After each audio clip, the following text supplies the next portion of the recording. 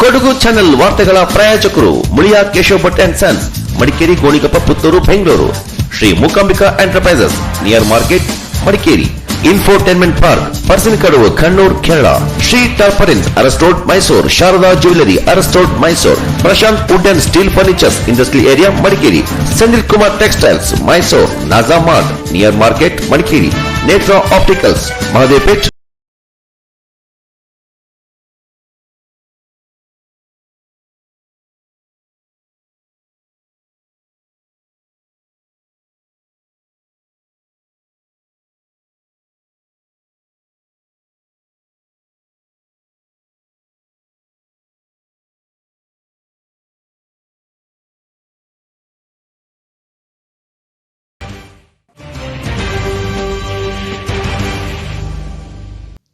ಕೆಸರು, ಹಳ್ಳ ಕೊಳ್ಳ ಯಾವುದನ್ನೂ ಲೆಕ್ಕಿಸದೆ ನಡೆಯೋ ಎದೆ ನಡಗಿಸೋ ಆಫ್ ರೋಡ್ ರ್ಯಾಲಿ.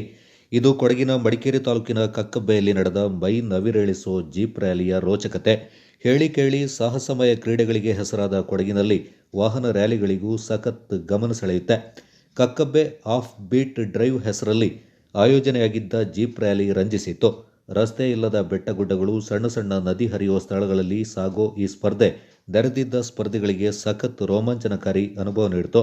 ಸುಮಾರು 13 ಕಿಲೋಮೀಟರ್ ಉದ್ದದ ಟ್ರ್ಯಾಕ್ ಸಾಹಸ ಪ್ರಿಯರಿಗೆ ಸಖತ್ ಥ್ರಿಲ್ಲಿಂಗ್ ಅನುಭವ ನೀಡಿತು.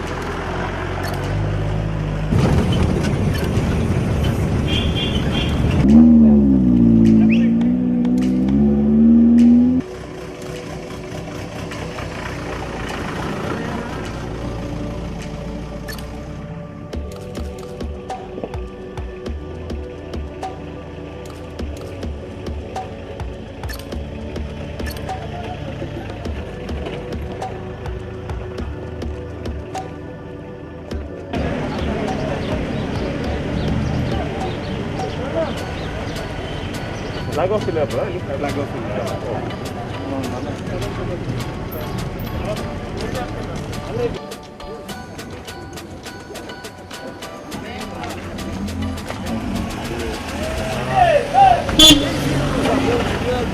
do off-road. Se você gosta da tranquilidade das montanhas, prepare-se para ver o outro lado. A próxima corrida.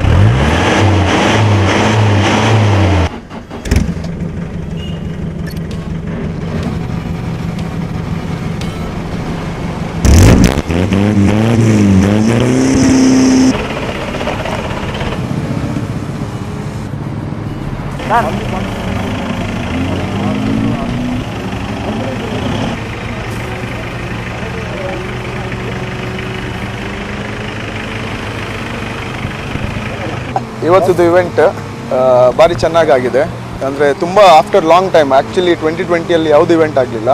First time event ಬಂದು ಒಳ್ಳೆ ಇದೆ. ಟೆರೆನ್ಸ್ ಸಕ್ಕತ್ತಿದೆ. ಒಂದು 2 ರಿವರ್ ಕ್ರಾಸಿಂಗ್ ಇತ್ತು, ಅದು ಒಳ್ಳೇದಿತ್ತು.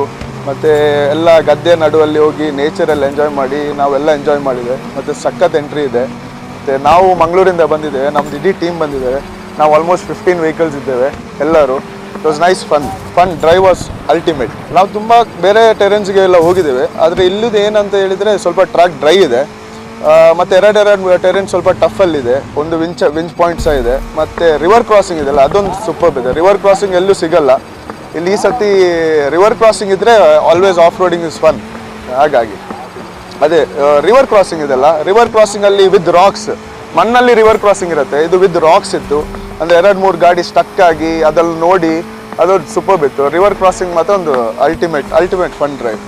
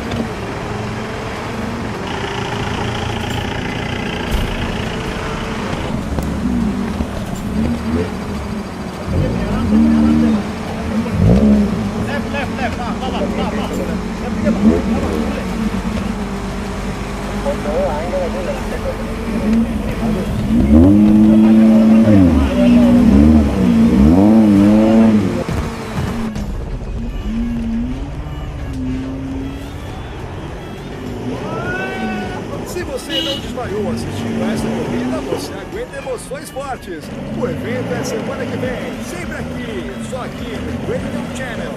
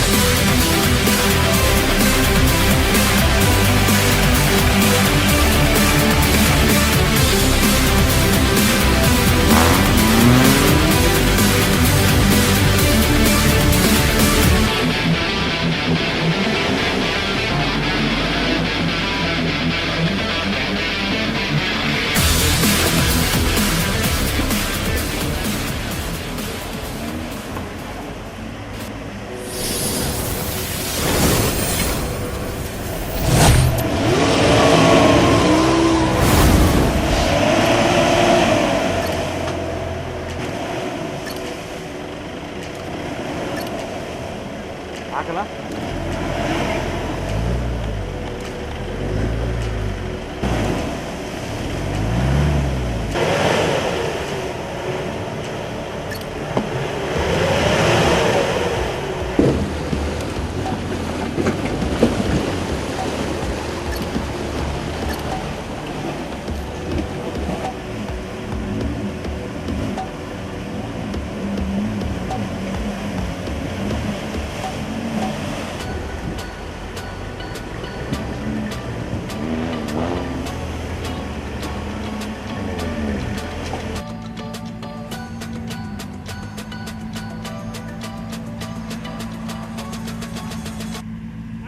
Bem-vindos a Monte Bianco, fãs do off-road.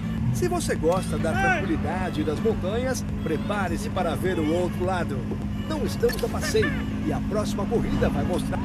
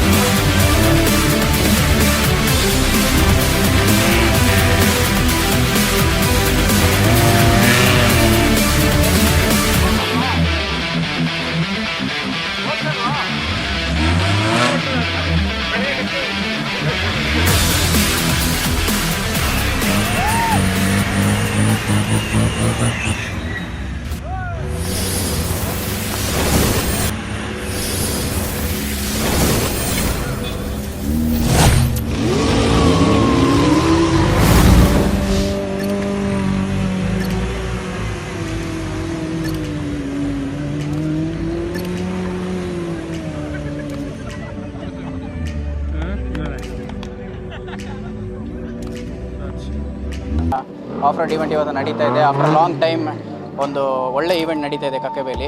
70+ jeeps ಬಂದಿತ್ತು, ಯಶಸ್ವಿಯಾಗಿ ನಡೆದಿದೆ. ಸೊ ಈ ಕೋವಿಡ್ ಇರೋದ್ರಿಂದ ಜನರಿಗೆ ಒಂದು ರಿಲ್ಯಾಕ್ಸ್ ಆಗಲಿ ಅಂತೇಳಿ, ಆಮೇಲೆ ಈ ಪರಿಸರದ ಬಗ್ಗೆ ಸ್ವಲ್ಪ ತಿಳುವಳಿಕೆ ಅವರಿಗೆ ಕೊಡೋಣ ಅಂತೇಳಿ ಇದೊಂದು ರ್ಯಾಲಿನ ನಾವು ಆಯೋಜಿಸಿದ್ವಿ. ಸೊ ಭಾಳ ಚೆನ್ನಾಗಿ ನಡೀತಾ ಇದೆ. ಪಾರ್ಟಿಸಿಪೆಂಟ್ ಎಲ್ಲ ತುಂಬ ಖುಷಿಯಾಗಿದ್ದಾರೆ. ಸೊ ಇದೆ ಈ ಥರ ನಡೀತಾ ಇದೆ. ಒಂದು ಟೋಟಲ್ 13 ಕಿಲೋಮೀಟರ್ಸ್ ಇದೆ. ಅದರಲ್ಲಿ ಒಂದು 4 ಕಿಲೋಮೀಟರ್ಸ್ ಆಫ್ ರೋಡ್ ಬರುತ್ತೆ. ಸ್ವಲ್ಪ ಟ್ರಿಕ್ಕಿ ಟ್ರ್ಯಾಕ್ ಆಗಿರೋದ್ರಿಂದ ಜನಗಳು ತುಂಬ ಎಂಜಾಯ್ ಮಾಡ್ತಿದ್ದಾರೆ. ಸರ್ ಇಲ್ಲಿ ಅದೇ ಆಫ್ ರೋಡಲ್ಲಿ ಹೇಗೆ ಓಡಿಸ್ಬೇಕು ಅಂತ ಹೇಳೋದನ್ನ ಸ್ವಲ್ಪ ಕಲಿತಾರೆ.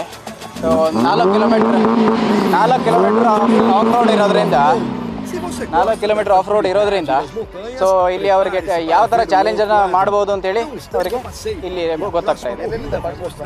ಸರ್ ಚಿಕ್ಕಮಂಗ್ಳೂರಿಂದ ಇದ್ದಾರೆ, ಬೆಂಗಳೂರಿಂದ ಇದ್ದಾರೆ, ಮಂಗಳೂರು, ಉಡುಪಿ, ಶಿವಮೊಗ್ಗ, ಮೈಸೂರು ಎಲ್ಲೆಲ್ಲಿಂದನೂ ಬಂದಿದ್ದಾರೆ. ತುಂಬ ಖುಷಿಯಾಗಿದ್ದಾರೆ.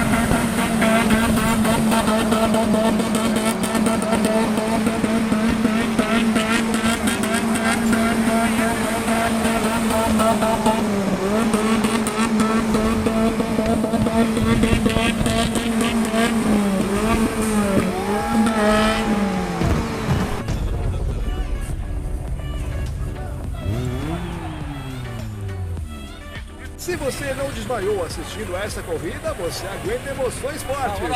O evento é semana que vem, sempre aqui, só aqui no Radio Channel.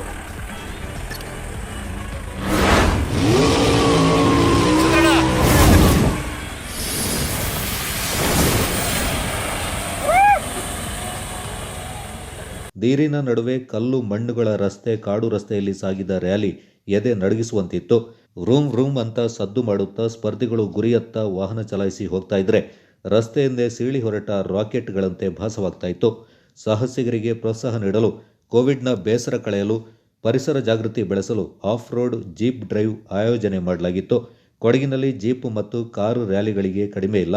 ಆದರೆ ಮುಂಗಾರು ಮಳೆ ಮುಗಿದು ಭೂಮಿಯೆಲ್ಲ ಹಸಿಯಾಗಿರೋ ಈ ಸಂದರ್ಭದಲ್ಲಿ ನಡೆದ 4 ವೀಲ್ ಜೀಪ್ ರ್ಯಾಲಿ ನಿಜಕ್ಕೂ ದೊಡ್ಡ ಸಾಹಸಮಯ ಯಾತ್ರೆ. ಒಮ್ಮೆ ಕೆಸರು, ಮತ್ತೊಮ್ಮೆ ಕಡಿದಾದ ರಸ್ತೆ, ಮಗದೊಮ್ಮೆ ಇಳಿಜಾರು, ಎಲ್ಲವನ್ನ ಕೊಂಚವೂ ಎದೆಗುಂದದೆ ಗುರಿ ಮುಟ್ಟಿದ್ರೆ ಆತನೇ ಹೀರೋ. ರಾಜ್ಯದ ವಿವಿಧ ಕಡೆಗಳಿಂದ 80ಕ್ಕೂ ಹೆಚ್ಚು ಜೀಪ್ಗಳು ಸ್ಪರ್ಧೆಯಲ್ಲಿ ಪಾಲ್ಗೊಂಡು ತಮ್ಮ ಚಾಣಾಕ್ಷತೆ ಪ್ರದರ್ಶನ ಮಾಡಿದರು. ಸವಾಲಿನ ದಾರಿಯನ್ನ ಬುದ್ಧಿವಂತಿಕೆಯಿಂದ ಎದುರಿಸಿ ಮುನ್ನುಗ್ಗ ಸ್ಪರ್ಧಿಗಳು ಕಷ್ಟದ ಹಾದಿಯಲ್ಲಿ ಕಸರತ್ತು ನಡೆಸಿದರು. ವೃತ್ತಿಪರ ಸ್ಪರ್ಧಿಗಳ ಜೊತೆಗೆ ಹವ್ಯಾಸಿ ಸವಾರರು ಕೂಡ ತಮ್ಮ ಸಾಮರ್ಥ್ಯ ಪಣಕ್ಕಿಟ್ಟು ಹೋರಾಟ ನಡೆಸಿದರು. ಟ್ರ್ಯಾಕ್ನಲ್ಲಿ ಸ್ಪರ್ಧಿಗಳು ಗೆಲುವಿಗಾಗಿ ಸೆಣಸಾಡ್ತಾ ಇದ್ರೆ ನೆರೆದಿದ್ದವರಿಗೆ ರೋಮಾಂಚನಕಾರಿ ಅನುಭವವಾಗುತ್ತೆ.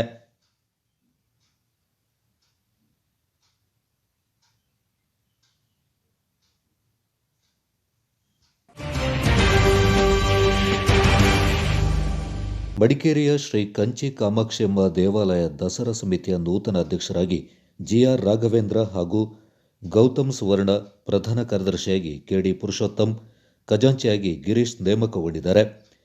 ಈ ಬಗ್ಗೆ ಭಾನುವಾರ ನಡೆದ ದೇವಾಲಯ ಸಮಿತಿ ಸಭೆಯಲ್ಲಿ ತೀರ್ಮಾನಿಸಲಾಗಿದೆ. ವಿರಾಜಪೇಟೆ ತಾಲೂಕಿನ ಕಳತ್ಮಾಡು, ಕುಂದ, ಹೊಸೂರು ಸೇರಿದಂತೆ ವಿವಿಧ ಕಡೆ ಅಡ್ಡಾಡುತ್ತಾ ಆತಂಕ ಸೃಷ್ಟಿ ಮಾಡಿ ಸಿಕ್ಕವರನ್ನ ಅಟ್ಟಾಡಿಸುತ್ತಾ ಬೆಳೆನಾಶ ಮಾಡ್ತಾ ಇದ್ದ ಯಂಗ್ ಆ್ಯಂಡ್ ಎನರ್ಜೆಟಿಕ್ ಆನೆಯಿಂದ ಸೆರೆಹಿಡಿಯುವಲ್ಲಿ ಅರಣ್ಯ ಇಲಾಖೆ ಯಶಸ್ವಿಯಾಗಿದೆ.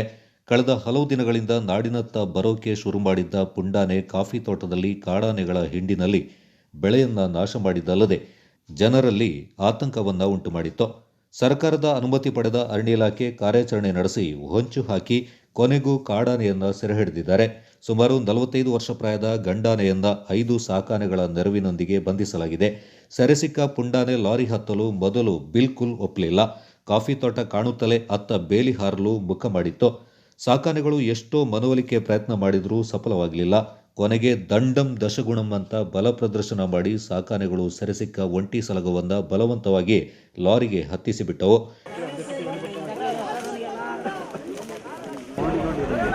ಸೊ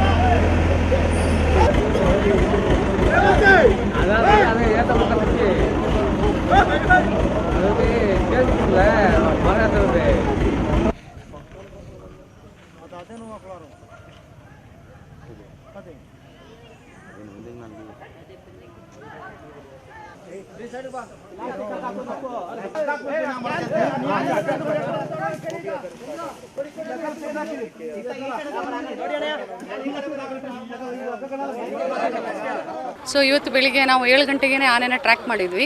ಇದು ಕುಟ್ಟಂಡ ಕಾಡಲ್ಲಿ ಇದೆ ಅಂತ ಒಂದು ಗುಮಾನಿ ಇತ್ತು. ಸೊ ಅದ್ರ ಮೇಲೆ ನಾವು ಟ್ರ್ಯಾಕ್ ಮಾಡ್ತಾ ಇಲ್ಲಿ ತಿತಿಮತಿ ವಲಯದ ದೇವರಪುರ ಗ್ರಾಮದಲ್ಲಿ ಅಯ್ಯಪ್ಪ ದೇವರ ಕಾಡಿನಲ್ಲಿ ಸೊ ಅದು ಬಂದು ನಿಂತಿರೋದು ನಮಗೆ ಗೊತ್ತಾಯಿತು. ಸೊ ಇದು ಅಂದಾಜು ಒಂದು 40-45 ಪ್ರಾಯದ ಒಂದು ಗಂಡಾನೆ. ಇದು ಕಳೆದ 13-14 ವರ್ಷದಿಂದ ಕೊಳತೋಡು, ಬೈಗೋಡು, ಕೈಕೇರಿ ಭಾಗದಲ್ಲಿ ಬಹಳ ಉಪಟಳ ನೀಡುತ್ತಿದ್ದಂತಹ ಆನೆ. ಸೊ ಜುಲೈ 4ರಲ್ಲಿ ಇದು ಬಂದು ಮಾದಾನವನ ಮೇಲೆ ದಾಳಿ ಮಾಡಿ ಏಕಾಏಕಿ ದಾಳಿ ಮಾಡಿದ ಕಾರಣ ಅವರು ಹತ್ಯೆಗೀಡಾದರು. ಸೊ ಅದಾದ ನಂತರ ಗ್ರಾಮಸ್ಥರು ಬಹಳ ಬೇಡಿಕೆ ಇತ್ತು, ಇದನ್ನು ಕ್ಯಾಪ್ಚರ್ ಮಾಡಬೇಕು, ಇದನ್ನು ಒಂದು ಕ್ರಾಲಿಗೆ ಆಗಬೇಕು, ಇಲ್ಲ ಇದನ್ನ ರಿಲೊಕೇಶನ್ ಮಾಡಬೇಕು ಅನ್ನುವಂಥದ್ದು. ಸೊ ಈಗ ಪ್ರಸ್ತುತ ಇದನ್ನ ಕ್ಯಾಪ್ಚರ್ ಮಾಡಿದ್ದೀವಿ. ಕ್ಯಾಪ್ಚರ್ ಮಾಡಿ ಈಗ ಇದನ್ನು ಕರ್ನಾಟಕ ತಮಿಳುನಾಡು ಬಾರ್ಡರ್ನಲ್ಲಿರುವಂತಹ ಮೂಳೆ ಒಳಗೆ ನಾವು ಇದನ್ನು ಸ್ಥಳಾಂತರ ಮಾಡ್ತೀವಿ. ಸೊ ನಾವು ಇವಾಗ ಇದರಲ್ಲಿ 5 ಆನೆ, ಒಂದು ದುಬಾರೆಯಿಂದ ಹರ್ಷ, ಬಾಕಿ ಒಂದು ಅರ್ಜುನ ಬಳ್ಳೆ ಕ್ಯಾಂಪಿಂದ, ಬಾಕಿ 3 ಆನೆ ಮತ್ತಿಗೋಡು ಕ್ಯಾಂಪಿಂದ ಬಂದಿದೆ. ಕೊಡಗಿನಲ್ಲಿ ನಮ್ಮ ವಿರಾಜಪೇಟೆ ವಲಯದಲ್ಲಿ 1 ಆನೆ, ಮಡಿಕೇರಿ ವಿಭಾಗದಲ್ಲಿ 1 ಆನೆ.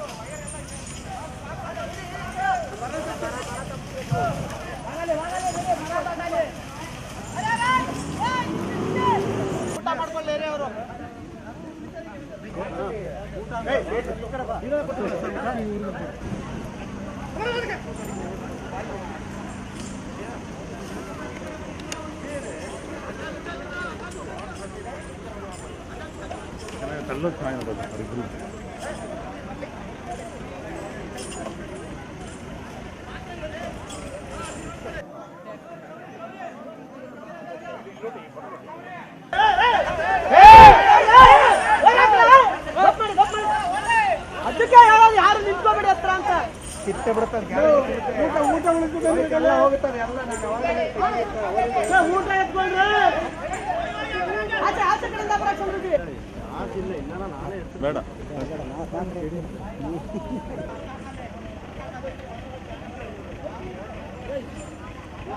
ಅಷ್ಟೊಂದು ಇಲ್ಲ.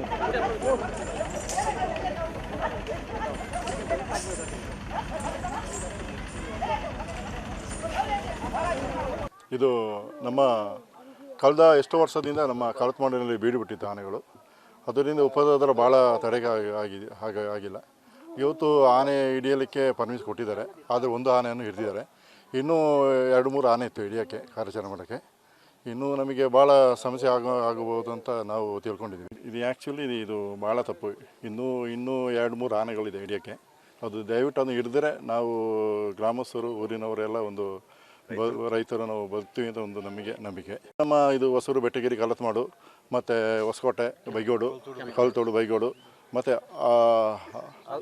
ಆಲ್ ಏರಿಯಾದಲ್ಲಿ ತೊಂದರೆ ಕೊಡ್ತಾಯಿತ್ತು. ಇದೇನಂದರೆ ನಾವು ದಾರಿಲಿ ನಡೀಲಿಕ್ಕೆ ಆಗ್ತಿದ್ದಿಲ್ಲ, ಬರೋ ದಾರಿಲೇ ದಾರಿಲೇ ನಡೀತಿತ್ತು. ಇನ್ನು ಕೆಲವು ತೋಟಗಳು ಭಾಳ ಇದು ಗದ್ದೆ, ತೋಟ, ಗೀಟ ಎಲ್ಲ ಪೂರ್ತಿ ಹಾನಿ ಮಾಡ್ತಿತ್ತು. ಈಗ 1 ಆನೆ ಹಿಡ್ದಿದೆ, ಇನ್ನೊಂದು 2-3 ಆನೆಗಳಿದೆ. ಭಾಳ ಉಪದ್ರ ಇದೆ. ಅದನ್ನು ದಯವಿಟ್ಟು ಅರಣ್ಯ ಇಲಾಖೆಯವರು ಅದನ್ನು ದಯಮಾಡಿ ಹಿಡ್ದಿದ್ರೆ ನಮಗೆ ಒಂದು ನಿಟ್ಟುಸಿರು ಬಿಟ್ಟಂಗೆ ಆಗ್ತಿತ್ತು.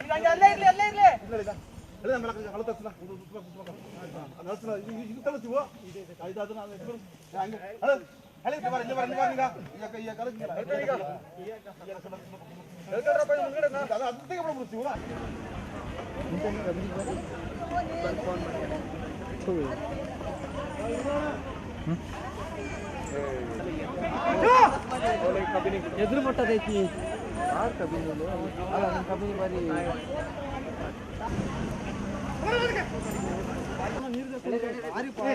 ನೀರು ಬಾಟ್ಲ ನೀರು ಕುಡಿಯಕ್ಕೆ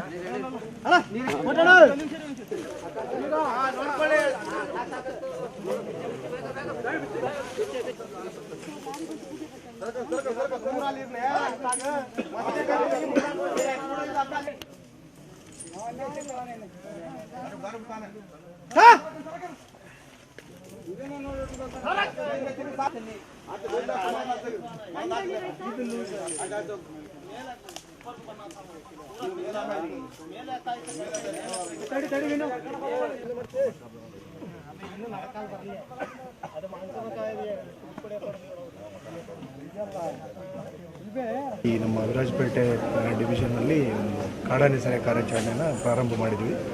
ಮೇಲಾಧಿಕಾರಿಗಳ ಅನುಮತಿ ಮೇರೆಗೆ ಒಂದು ಕಳತ್ಮಾಡ್ ಅನ್ನೋ ಗ್ರಾಮದಲ್ಲಿ ನಮ್ಮ ಸಾಕಾನೆಗಳ ತಂಡದೊಂದಿಗೆ ಹಾಗೂ ನಮ್ಮ ಎಲ್ಲ ಆನೆ ಶಿಬಿರದ ಮಾವುತ ಕಾವಾಡಿಗಳು ಹಾಗೂ ಎಲ್ಲ ಆರ್ಆರ್ಟಿ ತಂಡಗಳ ಜೊತೆಗೆ ನಿನ್ನೆಯಿಂದ ಶುರು ಮಾಡಿದ್ವಿ. ಶುರು ಮಾಡಿದ ನಂತರ ನಿನ್ನೆ ಸಂಜೆ ಆಗಿತ್ತು, ಯಾವುದೇ ಥರದ ಕಾರ್ಯಾಚರಣೆ ಮಾಡಲಿಲ್ಲ. ಇವತ್ತು ಬೆಳಿಗ್ಗೆ ನಮಗೆ 8:00ವರೆಗೆ ಆನೆ ಇಲ್ಲಿ ಅಕ್ಕಪಕ್ಕದಲ್ಲಿ ಎಲ್ಲ ಇದೆ ಅಂತ ಮಾಹಿತಿ ಬಂದಾಗ ವಿರಾಜಪೇಟೆ ಡಿವಿಷನ್ ಎಲ್ಲ ಸಿಬ್ಬಂದಿಗಳು ಆನೆ ಮಾವುತರುಗಳೆಲ್ಲ ಸೇರಿ ನಾವೊಂದು ನಮ್ಮದೊಂದು ಪರಿಸರ ಸಣ್ಣ ಅರಣ್ಯದಲ್ಲಿ ಈ ನಮ್ಮ ಕಾಡಾನೆ ಬೀಡುಬಿಟ್ಟಿರೋದು ಗೊತ್ತಾಗಿ ನಾವೆಲ್ಲ ಅಲ್ಲಿ ಹೋಗಿ ನಡೆದುಕೊಂಡೇ ಹೋಗಿ ಅದನ್ನು ಅತಿ ಹತ್ತಿರದಿಂದನೇ ನಾವದನ್ನು ಟ್ರ್ಯಾಂಕ್ಯುಲೈಸ್ ಮಾಡಿ ಸ್ಟಾರ್ಟ್ ಮಾಡಿದ ಒಂದು 4 ನಿಮಿಷಕ್ಕೇ ಆನೆ ಮಲ್ಕೊಂಡ್ಬಿಡ್ತು. ಇದು ನಮ್ಮ ಕಾರ್ಯಾಚರಣೆಯಲ್ಲಿ ಇತ್ತೀಚೆಗೆ ಆಗಿರೋ ಕಾರ್ಯಾಚರಣೆಯಲ್ಲಿ ಒಳ್ಳೆಯ ದೊಡ್ಡ ಆನೆ, 4 ರಿಂದ 4.5 ಟನ್ ಮೇಲೇ ಇದೆ. ಚೆನ್ನಾಗಿದೆ, ಇಲ್ಲೇ ನಿಮ್ಮ ಹಿಂದೆನೇ ಇದೆ ಆನೆ. ಇದೊಂದು 2-3 ಕಡೆ ಉಪಟಳ ಮಾಡಿರೋದ್ರಿಂದ ಇದಕ್ಕೆ ಮೇಲಾಧಿಕಾರಿಗಳ ಒಂದು ಅನುಮತಿ ಮೇರೆಯಿಂದ ನಾವು ಸೆರೆ ಹಿಡಿದಿದ್ದೀವಿ. ಈಗ ಇದನ್ನು ನಾವು ಬಂಡೀಪುರ ಆ ಕಡೆ ಬಾರ್ಡ್ರಲ್ಲಿ ಅದೊಂದು ಅಧಿಕಾರಿಗಳ ಒಂದು ಅನುಮತಿ ಮೇರೆಗೆ ಅಲ್ಲಿ ನಾವು ಇದನ್ನು ಟ್ರಾನ್ಸ್ಲೊಕೇಶನ್ ಮಾಡ್ತಾ ಇದ್ದೀವಿ.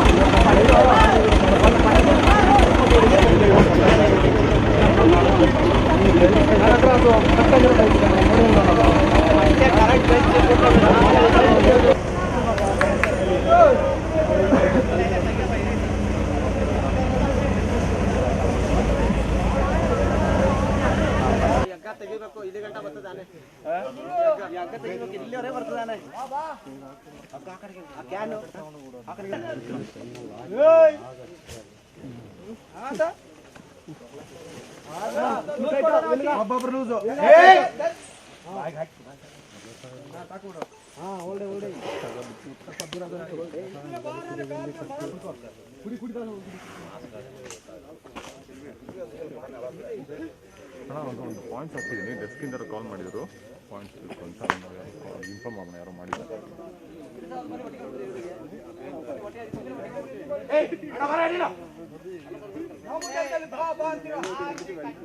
ಕೊಡಗು ಜಿಲ್ಲೆಯಲ್ಲಿ ಕಾಡಾನೆ ಮಾನವ ಸಂಘರ್ಷ ಮಿತಿ ಮೀರಿದೆ.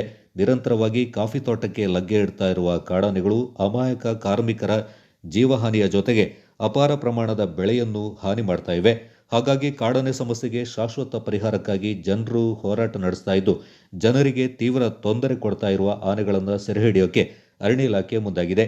ಅರಣ್ಯ ಇಲಾಖೆಯ 40ಕ್ಕೂ ಹೆಚ್ಚು ಸಿಬ್ಬಂದಿ, ವನ್ಯಜೀವಿ ವೈದ್ಯರು ಹಾಗೂ ಅರ್ಜುನ, ಗೋಪಾಲಸ್ವಾಮಿ, ಕೃಷ್ಣ, ಗಣೇಶ, ಹರ್ಷ ಸೇರಿ 5 ಸಾಕಾನೆಗಳು ಮತ್ತು ಮಾವುತ ಕಾವಾಡಿಗಳ ನೆರವಿನೊಂದಿಗೆ ಯೋಜನಾಬದ್ಧ ಕಾರ್ಯಾಚರಣೆ ನಡೆಸಿದ ಅರಣ್ಯ ಇಲಾಖೆ ಕೊನೆಗೂ ಕಾಡಾನೆಯನ್ನ ಕೆಡ್ಡಕ್ಕೆ ಕೆಡವಿದೆ. ಅರವಳಿಕೆ ಮದ್ದು ನೀಡುತ್ತಲೇ ಕಾಡಿನಲ್ಲಿ ಮಕ್ಕಡೆ ಮಲಗಿದ್ದ ಪುಂಡಾನೆಯನ್ನ ಮೇಲೆತ್ತಲು ಅರಣ್ಯ ಇಲಾಖೆಯ ಸಿಬ್ಬಂದಿ ದೊಡ್ಡ ಸಾಹಸವನ್ನೇ ಮಾಡಬೇಕಾಯಿತು. ಸದ್ಯ ಜನವಸತಿ ಪ್ರದೇಶಗಳಲ್ಲೇ ಅಡ್ಡಾಡುತ್ತಾ ಆತಂಕ ಉಂಟು ಮಾಡಿದ್ದ ಆನೆಯ ಸೆರೆ ಗ್ರಾಮಸ್ಥರ ನೆಮ್ಮದಿಗೂ ಕಾರಣವಾಗಿದೆ. ಮಿತಿ ಮೀರ್ತಾ ಇರೋ ಆನೆ ಮಾನವ ಸಂಘರ್ಷ ತಡೆಗೆ ತಾತ್ಕಾಲಿಕ ಕ್ರಮವಾಗಿ ಪುಂಡಾನೆಗಳನ್ನು ಸೆರೆ ಹಿಡಿಯೋಕೆ ಮುಂದಾಗಿರೋ ಅರಣ್ಯ ಇಲಾಖೆ ಕ್ರಮವೇನೋ ಸ್ವಾಗತಾರ್ಹ.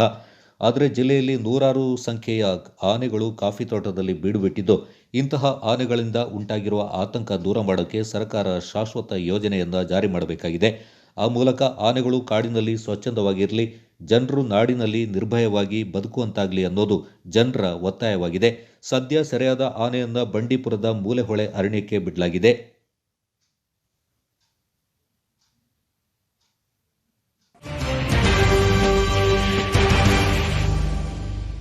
ಕಾಂತೂರು ಮೂರ್ನಾಡು ಬಸ್ ನಿಲ್ದಾಣದಲ್ಲಿ ಕಾಂಗ್ರೆಸ್ ಪಕ್ಷದ ವತಿಯಿಂದ ಉತ್ತರ ಪ್ರದೇಶದ ದಲಿತ ಯುವತಿಯ ಮೇಲೆ ಅತ್ಯಾಚಾರ ಮತ್ತು ಹತ್ಯೆಯಿಂದ ಖಂಡಿಸಿ ಕೇಂದ್ರ ಮತ್ತು ಉತ್ತರ ಪ್ರದೇಶದ ಯೋಗಿ ಆದಿತ್ಯನಾಥ್ ಅವರ ಸರ್ಕಾರದ ವಿರುದ್ಧ ಮೇಣದ ಬತ್ತಿಯನ್ನು ಹೊತ್ತಿಸಿ ಪ್ರತಿಭಟನೆ ನಡೆಸಲಾಯಿತು.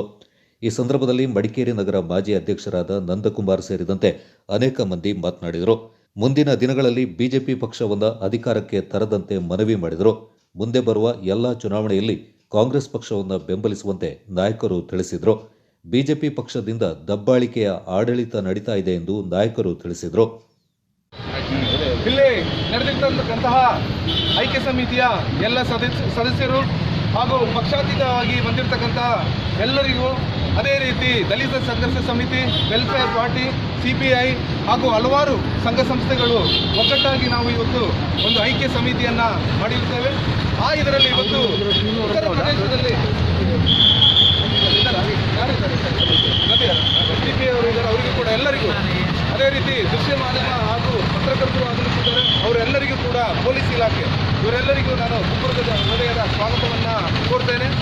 ಅದೇ ರೀತಿ ಇವತ್ತು ನಾವು ಸೇರಿರೋದೇನಂತ ಹೇಳಿದ್ರೆ, ಉತ್ತರ ಪ್ರದೇಶದಲ್ಲಿ ಒಂದು ಘಟನೆ ನಡೆದಿದೆ.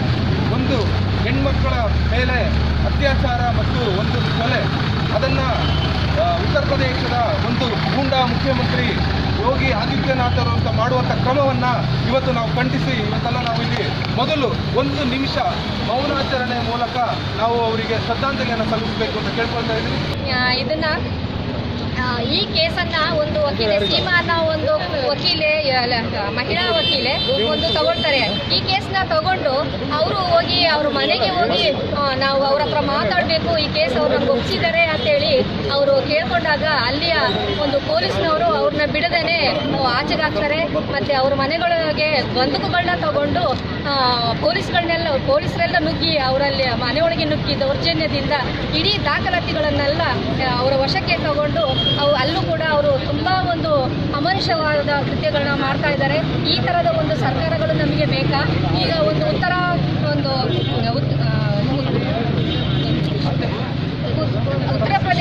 ಪ್ರದೇಶದಲ್ಲಿ ಯೋಗಿನಾಥ್ ಅನ್ನೋರು ಆ ಜಾಗಕ್ಕೆ ಒಂದು ಯೋಗ್ಯ ಅಲ್ಲ ಅಂತಾನೆ ನಾನು ಹೇಳ್ತೀನಿ. ಈ ಥರದ ಒಂದು ಕೃತ್ಯಗಳಿಗೆ ನಮ್ಮ ಕಡೆಯಿಂದ ಒಂದು ಧಿಕ್ಕಾರವಿರಲಿ. ಇಂಥ BJP ಸರ್ಕಾರ ಕೂಡ ಇದ್ರ ಬಗ್ಗೆ ಯಾವುದೇ ತಲೆ ಕೆಡಿಸ್ಕೊಳ್ಳದೆ ಅವ್ರ ಪಾಡಿಗೆ ಅವ್ರು ಆರಾಮಾಗಿದ್ದಾರೆ. ಇದ್ರ ಬಗ್ಗೆ ನಾವುಗಳು ಮತ್ತೆ ಧ್ವನಿ ಎತ್ತುತ್ತಾ ಇದ್ದೀವಿ. ಇದು ಎಲ್ಲ ದಲಿತರು ಹಾಗೂ ಸಾರ್ವಜನಿಕರು ಪ್ರತಿಯೊಬ್ಬರು ಹೆಣ್ಣು ಮಕ್ಕಳ ಪರವಾಗಿ ಧ್ವನಿ ಎತ್ತಬೇಕು ಅಂತೇಳಿ ನನ್ನ ಒಂದು ಪ್ರಾರ್ಥನೆ. ಇವತ್ತು ಇಡೀ ದೇಶದಲ್ಲಿ ಒಂದು ಹೆಣ್ಣುಮಗಳು ಇಡೀ ಯಾವುದಾದ್ರು ಒಂದು ಭಾಗದಲ್ಲಿ ಯಾವುದೇ ಭಯ ಇಲ್ಲದೆ ಮಧ್ಯರಾತ್ರಿ 12 ಗಂಟೆಗೆ ಹಾಕಿದೆ ಭಯ ಇಲ್ಲದೆ ನಡೆದು ಬಂದರೆ ಆ ರಾಜ್ಯ ರಾಮರಾಜ್ಯ ಆಗುವಂಥ ಕನಸನ್ನು ಗಾಂಧೀಜಿಯವರು ಕಂಡಿರ್ತಾರೆ. ಆದರೆ ಇವತ್ತು ರಾಮರಾಜ್ಯ ಆಗ್ತಾ ಇಲ್ಲ, ಉತ್ತರ ಪ್ರದೇಶದಲ್ಲಿ ಗೂಂಡಾ ರಾಜ್ಯ ಆಗ್ತದೆ ಅಂತ ನಾನು ಹೇಳಲಿಕ್ಕೆ ಬಯಸ್ತೇನೆ. ಇವತ್ತು ನಮ್ಮ ಉತ್ತರ ಪ್ರದೇಶದ ಹತ್ತರಸ್ನಲ್ಲಿ ನಡೆದಂತಹ ದಲಿತ ಯುವತಿಯ ಅತ್ಯಾಚಾರವನ್ನು ಆ 4 ಜನ ಏನು ಅಪರಾಧಿಗಳು ಇವತ್ತು ಆಕೆಯ ಮೇಲೆ ಅತ್ಯಾಚಾರವನ್ನು ಮಾಡಿ ಆಕೆಯ ನಾಲಿಗೆಯನ್ನು ಕಟ್ ಮಾಡಿ ಆಕೆಯ ಬೆನ್ನು ಮೂಳೆಯನ್ನು ಮುರಿದು ಏನು ಹೀನಾಯ ಕೃತ್ಯವನ್ನು ಮಾಡಿದ್ದಾರೆ. ಇದು ಅತ್ಯಂತ ಖಂಡನೀಯ, ಅತ್ಯಂತ ನೀಚ ಕೃತ್ಯ ಅಂತ ನಾವು ಹೇಳಲಿಕ್ಕೆ ಈ ಸಂದರ್ಭದಲ್ಲಿ ಬಯಸ್ತೇನೆ. ಅದೇ ರೀತಿ ಇವತ್ತು ಈ ದೇಶದ ಉತ್ತರ ಪ್ರದೇಶ ಅಂತ ಹೇಳೋದು ದೊಡ್ಡ ಒಂದು ಪ್ರಜಾಪ್ರಭುತ್ವ ವ್ಯವಸ್ಥೆ ಇರತಕ್ಕಂಥ ಜಾಗ. ಅಲ್ಲಿಯ ಮುಖ್ಯಮಂತ್ರಿ ಇವತ್ತು ಯೋಗಿ ಆದಿತ್ಯನಾಥ್ ಅಯೋಗ್ಯ ಆದಿತ್ಯನಾಥ್ ಅಂತ ಹೇಳಲಿಕ್ಕೆ ನಾನು ಇಷ್ಟಪಡ್ತೀನಿ. ಅವರು ಯಾವುದಕ್ಕೂ ಲಾಯಕ್ಕಿಲ್ಲ. ಅವರು ಇವತ್ತು ಅಲ್ಲಿ ದಲಿತರ ಮೇಲೆ ಅತ್ಯಾಚಾರ ಆಗ್ತಾ ಇದೆ, ದಲಿತರ ಮೇಲೆ ದೌರ್ಜನ್ಯಗಳಾಗ್ತಾ ಇದೆ, ಅಲ್ಪಸಂಖ್ಯಾತರ ಮೇಲೆ ದೌರ್ಜನ್ಯಗಳಾಗ್ತಾ ಇದೆ. ಇವತ್ತು ಅಲ್ಲಿ ಕಾನೂನಿಗೆ ಒಂದು ಬೆಲೆನೇ ಇಲ್ಲ, ಇವತ್ತು ಸಂವಿಧಾನಕ್ಕೆ ಒಂದು ಬೆಲೆನೇ ಇಲ್ಲ ಅಂತ ಹೇಳ್ತಕ್ಕಂಥದ್ದನ್ನ ಇವತ್ತು ಯೋಗಿ ಆದಿತ್ಯನಾಥ್ ಅವರು ಆ ಸರ್ಕಾರ ಮಾಡ್ತಾ ಇದೆ.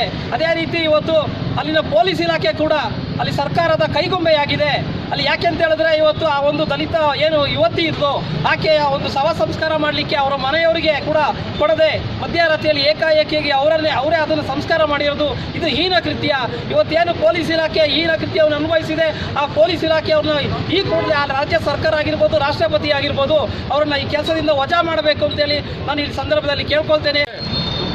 ಒಂದು ಸ್ವಾಮೀಜಿ ಅಂದರೆ ಅವರು ತ್ಯಾಗ, ತಮ್ಮ ಎಲ್ಲ ಸಂಪತ್ತುಗಳನ್ನೆಲ್ಲ ಬಿಟ್ಟು ಅವರು ಸನ್ಯಾಸಿ ಜೀವನ ಸ್ವೀಕರಿಸಬೇಕು. ಈ ಭೂಮಿಯಲ್ಲಿ ಯಾವ ರೀತಿ ಅಂದರೆ ನಮ್ಮ ಧರ್ಮದ ಪ್ರಕಾರ ಒಂದು ಸ್ವಾಮೀಜಿ ಅಂದರೆ ಅವರೆಲ್ಲ ತನ್ನ ಸಂಸಾರ ತಮ್ಮ ತ್ಯಾಗಗಳನ್ನು ಬಿಟ್ಟು ತಾವು ಒಂದು ಸನ್ಯಾಸಿಯಾಗಿ ಈ ದೇಶದ ಆದರ್ಶ ಆಗಿರಬೇಕು. ಅದು ಬಿಟ್ಟು ಇವರು ರಾಜ್ಯ ಭೋಗಗಳನ್ನು ತಿಂದುಕೊಂಡು ತಮ್ಮ ಸುಪ್ಪತ್ತಿಗೆಯಲ್ಲಿ ಮಲ್ಕೊಂಡಿದ್ದಾರೆ. ಅದಕ್ಕೆ ನಾವು ಹೇಳ್ತಾ ಇದ್ದೀವಿ, ಈ ಯೋಗಿನಾಥ್ ಅಲ್ಲ ಅಯೋಗ್ಯನಾಥ್. ಯಾಕಂದರೆ ಈ ಭಾರತ ದೇಶದಲ್ಲಿ ಆ ಉತ್ತರ ಪ್ರದೇಶ ಹೇಳುವ ಜಾಗ ಈ ರಾಮ ರಾಜ್ಯ ಏನು ಅಯೋಧ್ಯೆ ಕಟ್ಟಕ್ಕೆ ಹೋಗ್ತಾರೆ ಅದಕ್ಕೆ ಅರ್ಥಪೂರ್ಣ ಇಲ್ಲದಾಗ್ತದೆ. ಆದ್ದರಿಂದ ಈ ರಾಮ ಹುಟ್ಟಿದಂಥ ರಾಮ ರಾಜ್ಯ ಈ ಉತ್ತರ ಪ್ರದೇಶದಲ್ಲಿ ಇವತ್ತು ಏನು ಅಯೋಧ್ಯೆ ಅಂತ ಹೇಳ್ತೀವಿ ಅಲ್ಲಿ ರಾಮ ರಾಜ್ಯ ನಡೀತಾ ಇಲ್ಲ, ಅಲ್ಲಿ ರಾವಣ ರಾಜ್ಯ ನಡೀತಾ ಇದೆ. ಆದ್ದರಿಂದ ಈ ಯೋಗ್ಯನಾಥ್ ಹೇಳೋಕೆ ನಾಚಿಕೆ ಆಗ್ತದೆ. ಅವರನ್ನ ಅಯೋಗ್ಯನಾಥ್ ಹೇಳ್ತಾ ಅವರು ಈ ಮುಖ್ಯಮಂತ್ರಿ ಸ್ಥಾನಕ್ಕೆ ರಾಜೀನಾಮೆ ಕೊಟ್ಟು ಅಲ್ಲಿ ರಾಷ್ಟ್ರಪತಿ ಆಡಳಿತ ಮಾಡಬೇಕು ಅಂತ ನಾನು ವಿರಾಜಪೇಟೆ ಕಾಂಗ್ರೆಸ್ ವತಿಯಿಂದ ಅವ್ರನ್ನ ಎಲ್ಲ ಕಾಂಗ್ರೆಸ್ ಪಕ್ಷವಾಗಿ ಒತ್ತಾಯಪೂರ್ವಕ ಮಾಡ್ತಾ ಇದ್ದೀವಿ. 19 ವರ್ಷದ ದಲಿತ ಮಹಿಳೆ ಮೇಲೆ ಸಾಮೂಹಿಕ ಅತ್ಯಾಚಾರ ಮಾಡಿ ಅವಳ ನಾಲಿಗೆಯನ್ನು ಕಾಲನ್ನು ಮುರಿದು ಬೆನ್ನುಮೂಳೆಯನ್ನು ಮುರಿದು ಅವಳನ್ನು ಆಸ್ಪತ್ರೆಗೆ ದಾಖಲು ಮಾಡಿ ಅವಳು ಅಲ್ಲಿ ಆಸುನೀಗಿ ಅವಳ ಮೃತದೇಹವನ್ನು ಅವರ ಸಂಸಾರಕ್ಕೂ ಸಹ ನೀಡದೆ 2:30 ಗಂಟೆಗೆ ರಾತ್ರೋರಾತ್ರಿ ಪೊಲೀಸರು ಮತ್ತೆ ಅತ್ಯಾಚಾರಿಗಳ ಸೇರಿ ಅವಳು ರಾತ್ರೋರಾತ್ರಿ ಸುಟ್ಟು ಹಾಕಿದ್ದಾರೆ. ಉತ್ತರ ಪ್ರದೇಶದ ಮುಖ್ಯಮಂತ್ರಿ ಯೋಗಿನಾಥ್ರವರು ಯಾವುದಕ್ಕೂ ಸಹಕರಿಸಲಿಲ್ಲ. ನಮಗೆ ಅವರನ್ನು ಮುಖ್ಯಮಂತ್ರಿ ಹೇಳೋಕ್ಕೂ ನಮಗೆ ನಾಚಿಕೆ ಆಗಿದೆ. ಮಹಿಳೆಯರಿಂದ ಅಷ್ಟು ಬೇಜಾರಾಗಿದೆ ನಮಗೆ. ಮಹಿಳೆಗೆ ಒಂದು ಸಹಕರಿಸುವುದಿಲ್ಲ, ಮಹಿಳೆಯರಿಗೆ ಒಂದು ಉತ್ತೇಜನ ಕೊಡುವುದಿಲ್ಲ. ಇಂಥ ಮುಖ್ಯಮಂತ್ರಿ ನಮಗೆ ಬೇಕಾ? ಅವರಿಗೆ ಕೂಡಲೇ ಅವರು ರಾಜೀನಾಮೆ ಕೊಟ್ಟು ಯೋಗಿಯವರು ಅವರನ್ನು ಮಠಕ್ಕೆ ಸೇರಿಕೊಳ್ಳಿ. ಅವರು ನಮಗೆ ಮುಖ್ಯಮಂತ್ರಿ ಬೇಡವೇ ಬೇಡ. ಯೋಗಿನಾಥ್ ಅವರಿಗೆ ಕೆಟ್ಟ ಸರ್ಕಾರ ಅಂದರೆ UP ಸರ್ಕಾರ. ನಾವು ಭಾರತೀಯರಾಗಿ ನಾವು ಎಲ್ಲಿ ನಮ್ಮ ಭಾರತೀಯ ರಕ್ತ ಒಂದು ಕಿಂಚು ರಕ್ತ ಇದ್ರೆ ಅಂತ ಸರ್ಕಾರ ವಿರುದ್ಧ ನಾವು ಮಾತ್ರ ಅಲ್ಲ ಎಲ್ಲರೂ ಹೋರಾಟ ಮಾಡಬೇಕಂತ ಈ ಮೂಲಕ ಕೇಳಿ ನಿಮ್ಮನ್ನು ಕೇಳಿಕೊಳ್ತೀವಿ.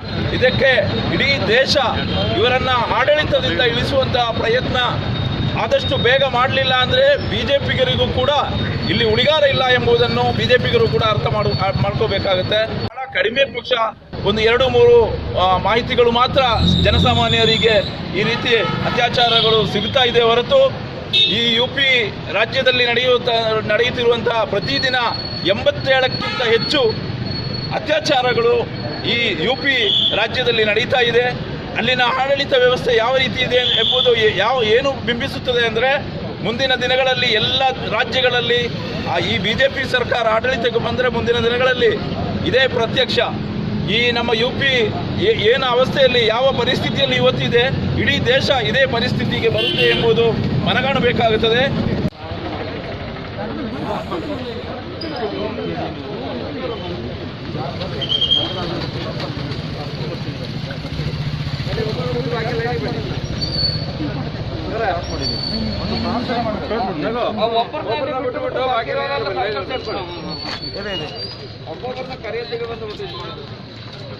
ಕರ್ನಾಟಕ ದಲಿತ ಸಂಘರ್ಷ ಸಮಿತಿ ವತಿಯಿಂದ ನಿಮಗೆ ನಾನು ತುಂಬ ಅಭಿನಂದನೆ ಸಲ್ಲಿಸುತ್ತೇನೆ.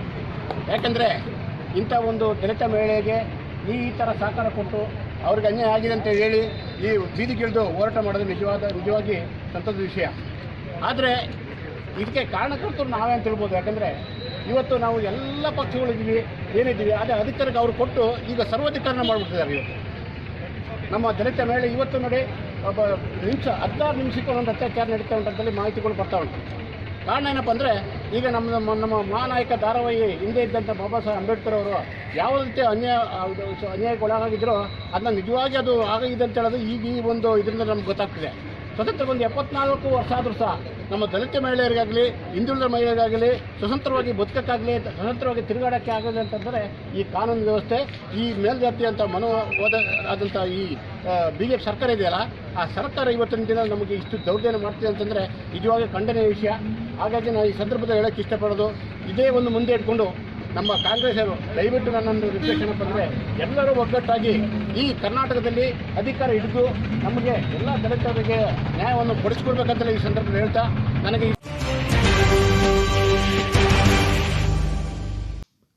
ರಾಜ್ಯ ಉಚ್ಚ ನ್ಯಾಯಾಲಯದ ಆದೇಶದಂತೆ ಕೂಡಲೇ ಮಡಿಕೇರಿಯ ಗದ್ದಿಗೆ ಒತ್ತುವರಿ ತೆರವುಗೊಳಿಸುವಂತೆ ಅಖಿಲ ಭಾರತ ವೀರಶೈವ ಮಹಾಸಭಾದ ಜಿಲ್ಲಾಧ್ಯಕ್ಷ HV ಶಿವಪ್ಪ ಒತ್ತಾಯಿಸಿದ್ದಾರೆ.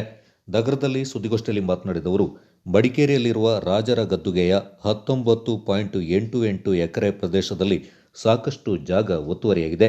ಈ ಸಂಬಂಧ 2010ರಲ್ಲಿ ರಾಜ್ಯ ಉಚ್ಚ ನ್ಯಾಯಾಲಯ ಒತ್ತುವರಿ ತೆರವುಗೊಳಿಸಬೇಕೆಂದು ಆದೇಶ ಹೊರಡಿಸಿದೆ.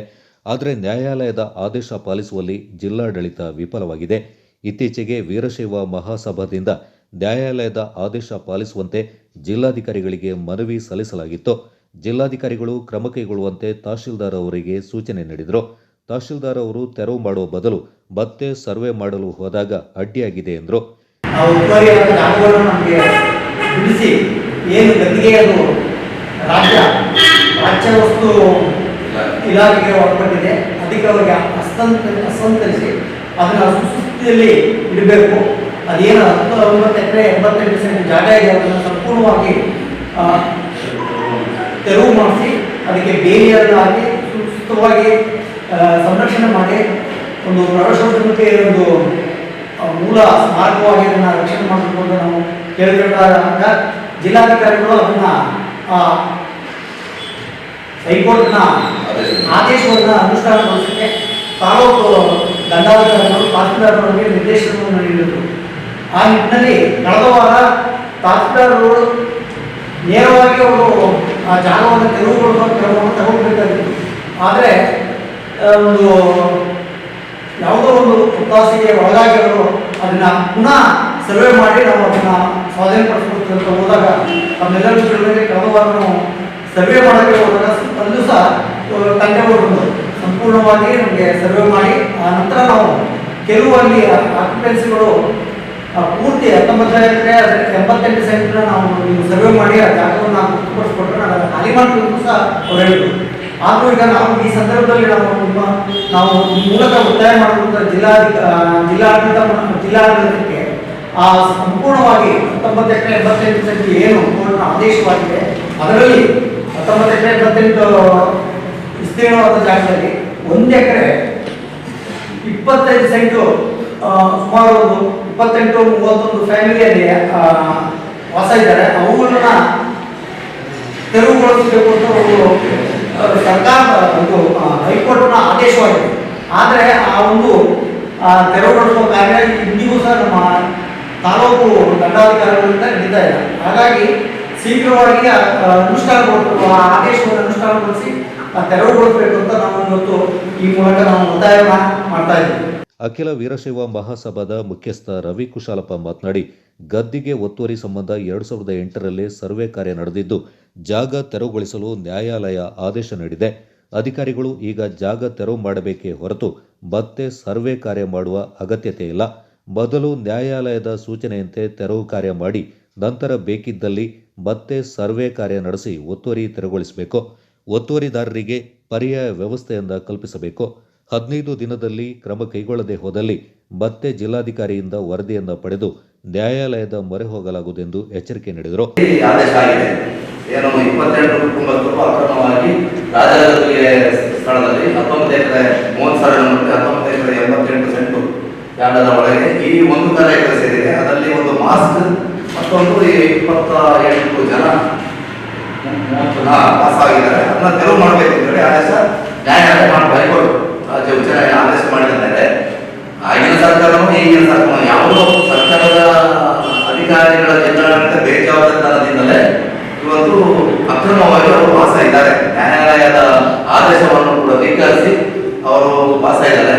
ಅಲ್ಲಿ ಕೇಳಿದಾಗ ಮಾನವೀಯ ತೀರ್ಪು ಕೂಡ ಸರ್ಕಾರ ಆದೇಶ ನ್ಯಾಯಾಲಯ ಆದೇಶ ಏನು ಹೇಳಿದೆ ಅಂದ್ರೆ ಅವನ್ನ ನಾವು ಕೂಡ ಕೇಳಿದ್ದೇವೆ ಅಂತಂದ್ರೆ ರಾಜ್ಯ ಗದ್ದುಗೆ ವ್ಯವಸ್ಥಾಪನಾ ಸಮಿತಿ ಆಗಲಿ ವೀರಶೈವ ಮಹಾಸಭಾ ಅಧ್ಯಕ್ಷರು ಅಥವಾ ಆಡಳಿತ ಮಂಡಳಿ ಆಗಲಿ ಅವನ್ನ ಎಲ್ಲೋ ಹಾಕಿ ಏನೋ ಮಾಡ್ಬಿಟ್ಟು ನಾವು ಏನು ಹೇಳಿಲ್ಲ. ನಮ್ಮ ಜಾಗ ನಮ್ಮ ಸ್ವಾಧೀನ ಕೊಡಬೇಕು, ಆದೇಶ ನ್ಯಾಯಾಲಯದ ಆದೇಶ ಪರಿಪಾಲನೆ ಆಗಬೇಕು. ಅವ್ರಿಗೆ ಮರುವ್ಯವಸ್ಥೆ ಈಗ ಅಕ್ರಮ ಸಕ್ರಮಣೋ ಆಶ್ರಯ ಯೋಜನೆಗಳು ಎಲ್ಲೋ ದೊಡ್ಡ ಮನೆ ಸಣ್ಣ ಮನೆ ಅವರ ಬೇಡಿಕೆ ಅನುಸಾರವಾಗಿ ಕೊಡುವಂತ ವ್ಯವಸ್ಥೆ ಮಾಡ್ಕೊಳ್ಳಿ ಅಂತ ಅವ್ರಿಗೂ ಹೇಳಿದೆ. ನಾವು ಅದನ್ನ ಕೇಳ್ತಾ ಇದ್ವಿ. ಆದ್ರೆ ಅಧಿಕಾರಿಗಳು ಇದನ್ನ ಇಷ್ಟು ದಿನ ಚರ್ಮದ ಗಟ್ಟಿಯಾದ ಕಾರಣ ಕೆಲಸ ಆಗಲಿಲ್ಲ. ಈಗಾಗಲೇ ನಾವು ಇದನ್ನ ಮೊನ್ನೆ ಜಿಲ್ಲಾಧಿಕಾರಿಗಳನ್ನ 1 ತಿಂಗಳ ಹಿಂದೆ ನಾವೆಲ್ಲ ಹೋಗಿ ಭೇಟಿಕೊಂಡಾಗ ಸರ್ಕಾರದ ನ್ಯಾಯಾಲಯದ ಆದೇಶ ಪಾಲನೆ ಮಾಡುವುದು ಕೇಳ್ಕೊಂಡಾಗ ಡಿಸಿ ಅವರೇ ಆಶ್ಚರ್ಯ ಆದರು. ಇದೇನು ವಿಪುಲ ಇಟ್ಟು 10 ವರ್ಷದಿಂದ ಕಾಯ್ತಾ ಇದ್ದೀವಿ ಆಗಲಿಲ್ಲ ಅಂತ. ನಾವು ಏನು ಮಾತಾಡಕ್ ಬಂದಿಲ್ಲ. ನ್ಯಾಯಾಲಯ ಆದೇಶ ಇದೆ, ಪಾಲನೆ ಮಾಡೋದು ನೀವು ಮಾಡಬೇಕಾಗಿತ್ತು ಮಾಡಿ ಅಂತ ಹೇಳಿದ್ರು. ಅದು ತಾಜಾಗಿ ಮಾತಾಡಿ ಅವರು ಡಿಸಿ ಅವರು ಹೇಳಿದ್ರೆ ಡಿಸಿ ಅವರಿಗೆ ಮರುವ್ಯವಸ್ಥೆ ಮಾಡಿ ಖಾಲಿ ಮಾಡಿ ಅಂತ ಹೇಳಿರ್ಬೇಕು ಅಂತ ನನ್ನ ಲೆಕ್ಕ. ಆದ್ರೆ ಸಭೆ ಮಾಡಲಿಕ್ಕೆ ಅವರಿಗೆ ಅಧಿಕಾರಿ ಯಾರು ಹೇಳಿಲ್ಲ ಅಂತ ನನಗೆ.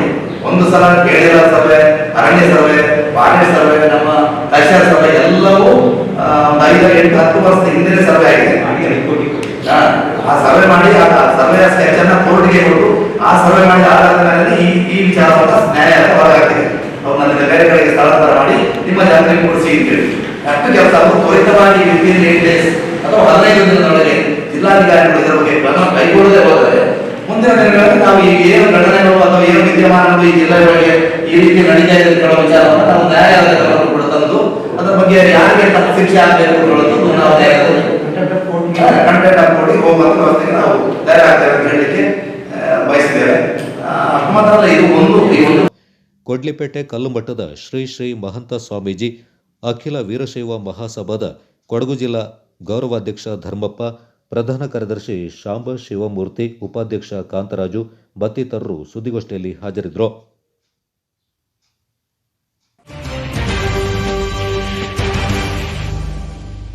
ಉತ್ತರ ಪ್ರದೇಶದಲ್ಲಿ ದಲಿತ ಮಹಿಳೆಯರ ಮೇಲೆ ಅತ್ಯಾಚಾರ, ಕೊಲೆ, ದೌರ್ಜನ್ಯ ಮಿತಿಮೀರಿದ್ದು ಆದಿತ್ಯನಾಥ್ ನೇತೃತ್ವದ ಬಿಜೆಪಿ ಸರ್ಕಾರವನ್ನು ವಜಾಗೊಳಿಸುವಂತೆ ಒತ್ತಾಯಿಸಿ ಜಿಲ್ಲಾ ದಲಿತ ಹಿತರಕ್ಷಣಾ ಒಕ್ಕೂಟ ವತಿಯಿಂದ ಪಟ್ಟಣದಲ್ಲಿ ಸೋಮವಾರ ಪ್ರತಿಭಟನೆ ನಡೆಯಿತು. ಪಟ್ಟಣದ ಪ್ರಮುಖ ಬೀದಿಗಳಲ್ಲಿ ಮೆರವಣಿಗೆ ನಡೆಸಿದ ಪ್ರತಿಭಟನಾಕಾರರು ಪುಟ್ಟಪ್ಪ ವೃತ್ತದಲ್ಲಿ ಮಾನವ ಸರಪಳಿ ನಿರ್ಮಿಸಿ ಬಿಜೆಪಿ ನೇತೃತ್ವದ ಕೇಂದ್ರ ಮತ್ತು ರಾಜ್ಯ ಸರ್ಕಾರಗಳು ದಲಿತ ವಿರೋಧಿ ನೀತಿಯನ್ನು ಅನುಸರಿಸ್ತಾ ಇದೆ ಅಂತ ಆಕ್ರೋಶ ವ್ಯಕ್ತಪಡಿಸಿದರು. ಧಿಕ್ಕಾರದ ಘೋಷಣೆಗಳನ್ನು ಕೂಗಲಾಯಿತು. ಪ್ರತಿಭಟನೆಯ ನೇತೃತ್ವ ವಹಿಸಿದ್ದ ಒಕ್ಕೂಟದ ಜಿಲ್ಲಾಧ್ಯಕ್ಷ ಡಿಎಸ್ ನಿರ್ವಾಣಪ್ಪ ಮಾತನಾಡಿ, ಕೇಂದ್ರದಲ್ಲಿ ಬಿಜೆಪಿ ನೇತೃತ್ವದ ಸರ್ಕಾರ ಬಂದ ಮೇಲೆ ದಲಿತರಿಗೆ ರಕ್ಷಣೆ ಇಲ್ಲದಂತಾಗಿದೆ. ದಲಿತ ಹೆಣ್ಣು ಮಕ್ಕಳ ಮೇಲೆ ಅತ್ಯಾಚಾರ, ಕೊಲೆ ನಡೀತಾ ಇದ್ರೂ ಆರೋಪಿಗಳ ಮೇಲೆ ಕ್ರಮ ಕೈಗೊಳ್ಳುತ್ತಿಲ್ಲ. ದಲಿತರ ಕೊಲೆ, ದೌರ್ಜನ್ಯ, ಅತ್ಯಾಚಾರ ನಿರಂತರವಾಗಿ ನಡೀತಾ ಇದ್ರೂ ಪ್ರಧಾನಮಂತ್ರಿ ನರೇಂದ್ರ ಮೋದಿಯವರು ಮೌನಕ್ಕೆ ಶರಣಾಗಿದ್ದಾರೆ. ಉತ್ತರ ಪ್ರದೇಶದಲ್ಲಿ ಮಾನವ ವಿರೋಧಿ ಸರ್ಕಾರವಿದೆ. ಉತ್ತರ ಪ್ರದೇಶದ ದಲಿತ ಮಹಿಳೆ ಮನೀಷಾ ವಾಲ್ಮೀಕಿಗಳನ್ನ ಅತ್ಯಾಚಾರ ಮಾಡಿ ಸೊಂಟ ಮುರಿದು ನಾಲಿಗೆ ಕತ್ತರಿಸಿ ಕೊಲ್ಲಲಾಗಿದೆ. ಸರ್ಕಾರ, ಪೊಲೀಸರು ಆರೋಪಿಗಳ ರಕ್ಷಣೆಗೆ ಮುಂದಾಗಿದ್ದಾರೆ. ರಾತ್ರೋರಾತ್ರಿ ಮಹಿಳೆಯ ಶವವನ್ನ ಸುಡಲಾಗಿದೆ. ಕೂಡಲೇ ಸರ್ಕಾರವನ್ನ ವಜಾ ಮಾಡಬೇಕೆಂದು ಒತ್ತಾಯಿಸಿದರು.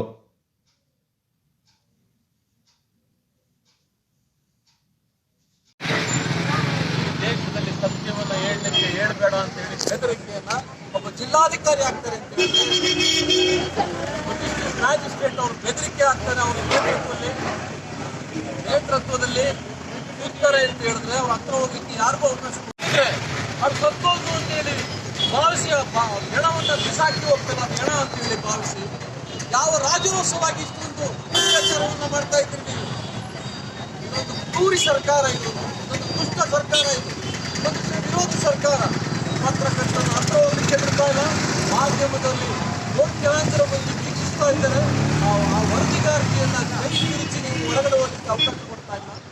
ಮಾಧ್ಯಮದವರು 2 ದಿನಗಳ ಸತತವಾಗಿ ಹೊರಗಡೆ ಪೋಸ್ಟ್ ಮಾರ್ಟಮ್ ರಿಪೋರ್ಟ್ ನಲ್ಲಿ ಅತ್ಯಾಚಾರ ಆಗಿಲ್ಲ ಅಂತ ಹೇಳಿ ವರದಿಯನ್ನು ಕೊಡ್ತಾ ಇದ್ದೀರಿ. ಈಗ ಇರಬೇಕಾದ್ರೆ ನಿಮ್ಮ ನಿಲುವಿನಲ್ಲಿ ಈಗಾಗಲೇ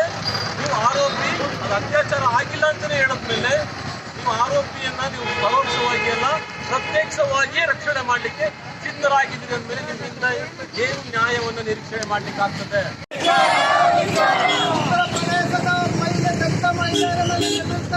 ಅತ್ಯಾಚಾರಿಗಳಿಗೆ ದಲಿತ ಮಹಿಳೆಯರ ಮೇಲೆ ನಡೆದಿರ್ತಕ್ಕಂಥ ಅತ್ಯಾಚಾರಿಗಳಿಗೆ ಜಿಂದಾಬಾದ್ ಜಿಂದಾಬಾದ್ ಅಂಬೇಡ್ಕರ್ ಜಿಂದಾಬಾದ್ ಜಿಂದಾಬಾದ್ ಜಿಂದಾಬಾದ್ ಅಂಬೇಡ್ಕರ್ ಜಿಂದಾಬಾದ್ ಜಿಂದಾಬಾದ್ ಜಿಂದಾಬಾದ್ ದಲಿತ ಪರ ಸಂಘಟನೆಗೆ ಮಹಿಳಾ ಸಂಘಟನೆಗೆ ಮಹಿಳಾ ಸಂಘಟನೆಗೆ ಬೇಕೇ ಬೇಕು ಬೇಕೇ ಬೇಕು ಎಲ್ಲಿಯ ತನಕ ಹೋರಾಟ ಎಲ್ಲಿಯ ತನಕ ಹೋರಾಟ ಯಾತಕ್ಕಾಗಿ ಹೋರಾಟ ಯಾತಕ್ಕಾಗಿ ಹೋರಾಟ ಬಿಜೆಪಿ ಸರ್ಕಾರಕ್ಕೆ ಬಿಜೆಪಿ ಸರ್ಕಾರಕ್ಕೆ ಯೋಗಿ ಸರ್ಕಾರಕ್ಕೆ ಒರಿಸ್ಸಾದ ಯೋಗಿ ಸರ್ಕಾರಕ್ಕೆ ಯೋಗಿ ಸರ್ಕಾರಕ್ಕೆ ಬೇಕೇ ಬೇಕು ಮಹಿಳೆಯರನ್ನು ಅತ್ಯಾಚಾರಗೊಳಿಸುವ ಕಾಮುಕರಿಗೆ ಮಹಿಳೆಯರನ್ನು ಅತ್ಯಾಚಾರಗೊಳಿಸುವ ಕಾಮುಕರಿಗೆ ಮಹಿಳೆಯರನ್ನು ಅತ್ಯಾಚಾರಗೊಳಿಸುವ ಕಾಮುಕರನ್ನು ಬೇಕೇ ಬೇಕು ಎಲ್ಲಿಯ ತನಕ ಹೋರಾಟ ಎಲ್ಲಿಯ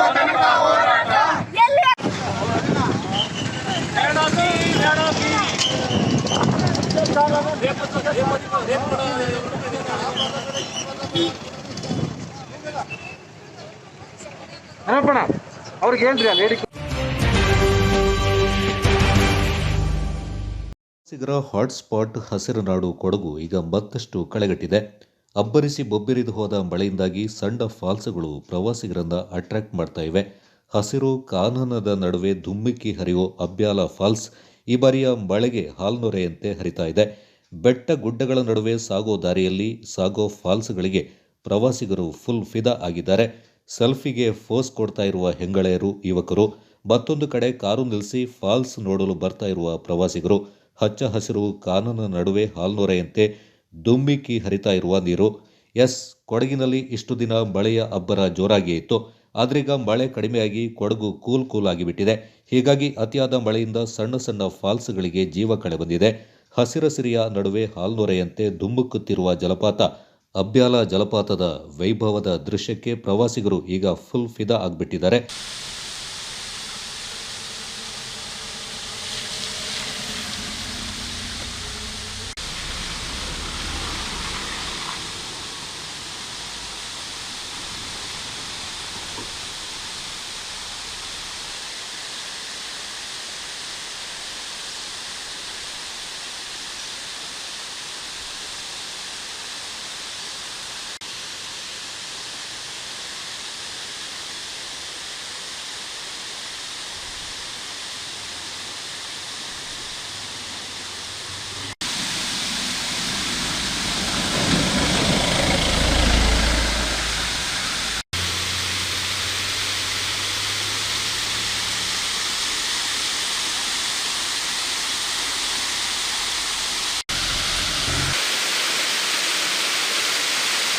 ನೆಕ್ಸ್ಟ್ ಬರುವಾಗ ಹೇಳಿ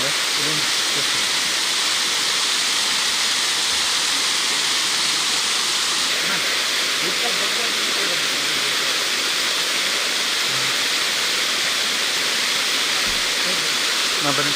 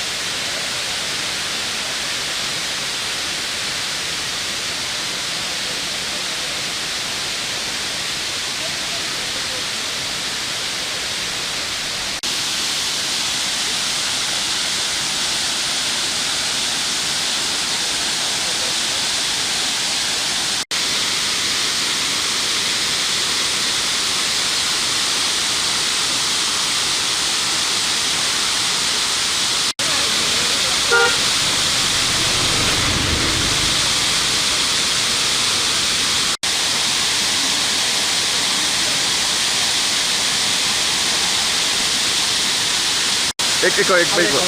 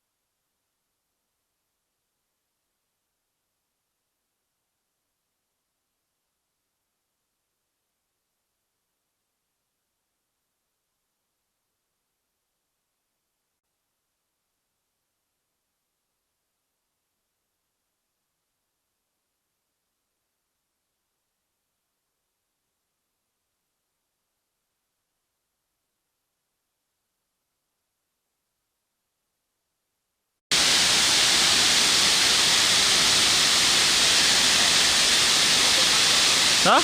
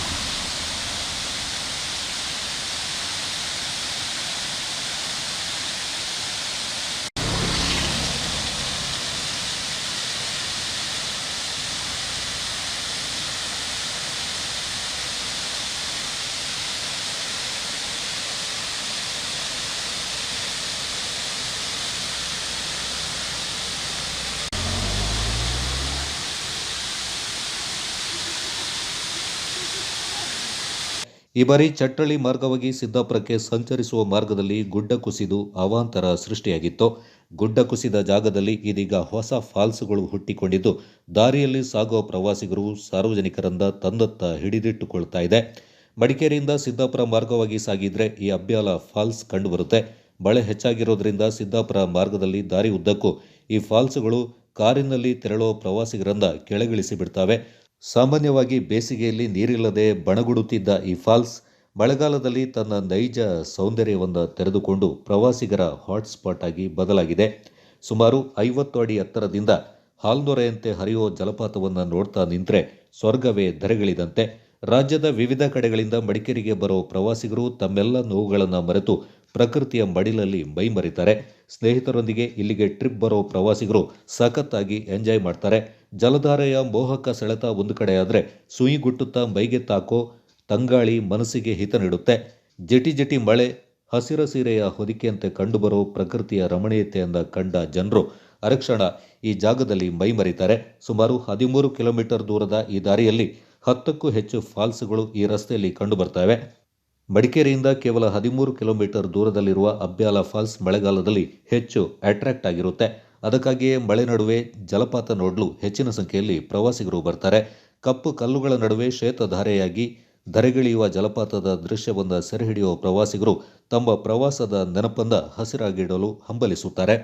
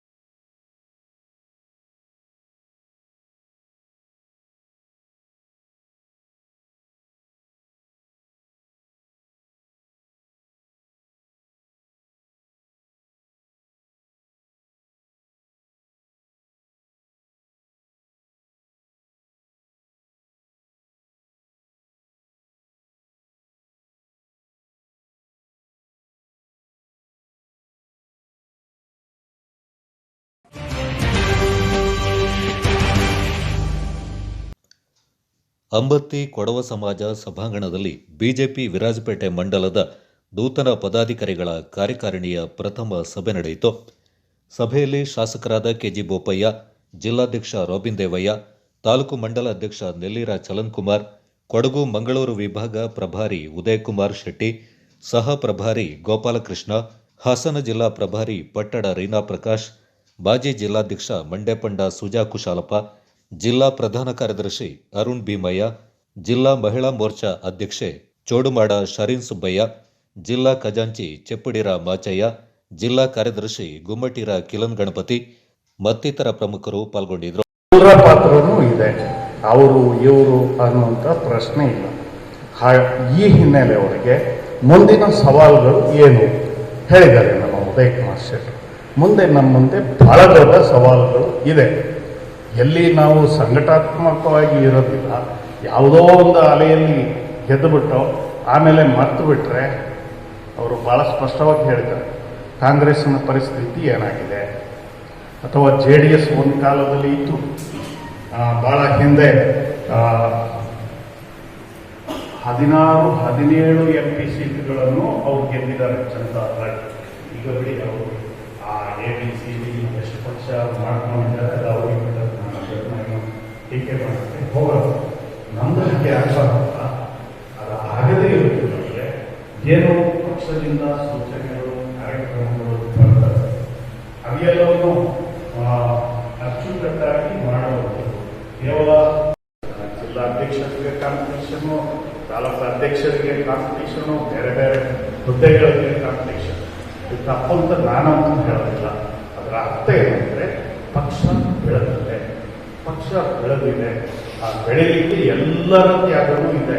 ಯಾರೋ ಒಬ್ಬರು ನನ್ನಿಂದಾಗಿ ಪಕ್ಷ, ನಾನು ಎಲ್ಲದೆ ಹೋದರೆ ಇಲ್ಲಿ ಏನೂ ಇಲ್ಲ, ಆ ಭಾವನೆ ಯಾರಿಗೂ ಬೇಡ. ಪಕ್ಷ ಇದ್ದರೆ ಎಲ್ಲವೂ ಇದೆ.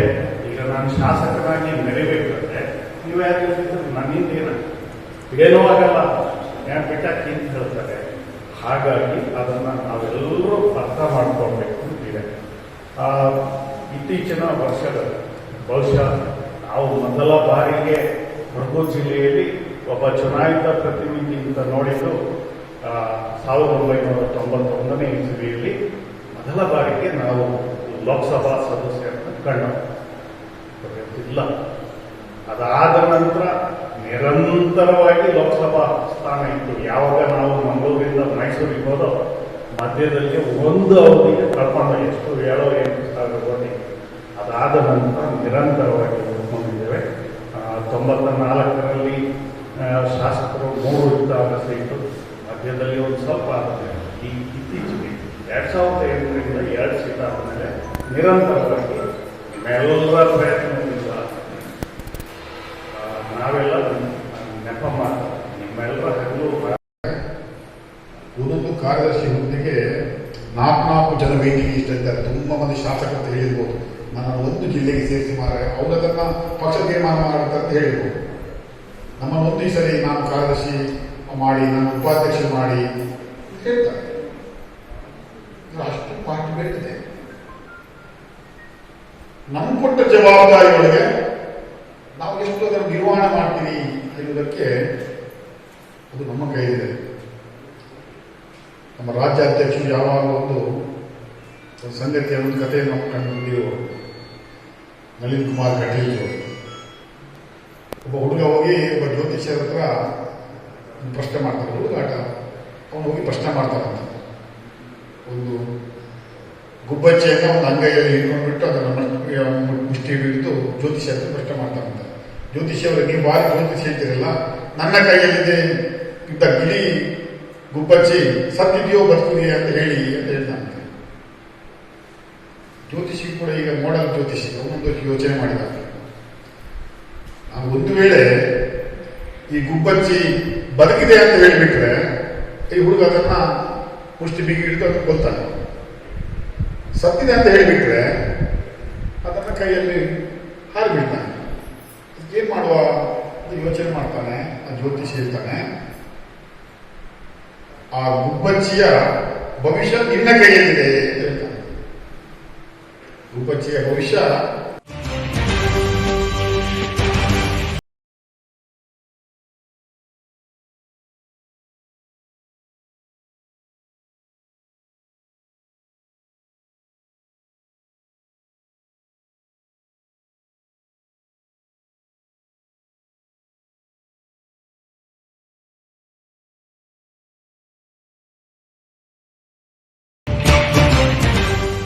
ಕೊಡಗು ಚಾನೆಲ್ ವಾರ್ತೆಗಳ ಪ್ರಾಯೋಜಕರು ಮುಳಿಯಾ ಕೇಶವ್ ಭಟ್ ಅಂಡ್ ಸನ್, ಮಡಿಕೇರಿ, ಗೋಣಿಕೊಪ್ಪ, ಪುತ್ತೂರು, ಬೆಂಗಳೂರು.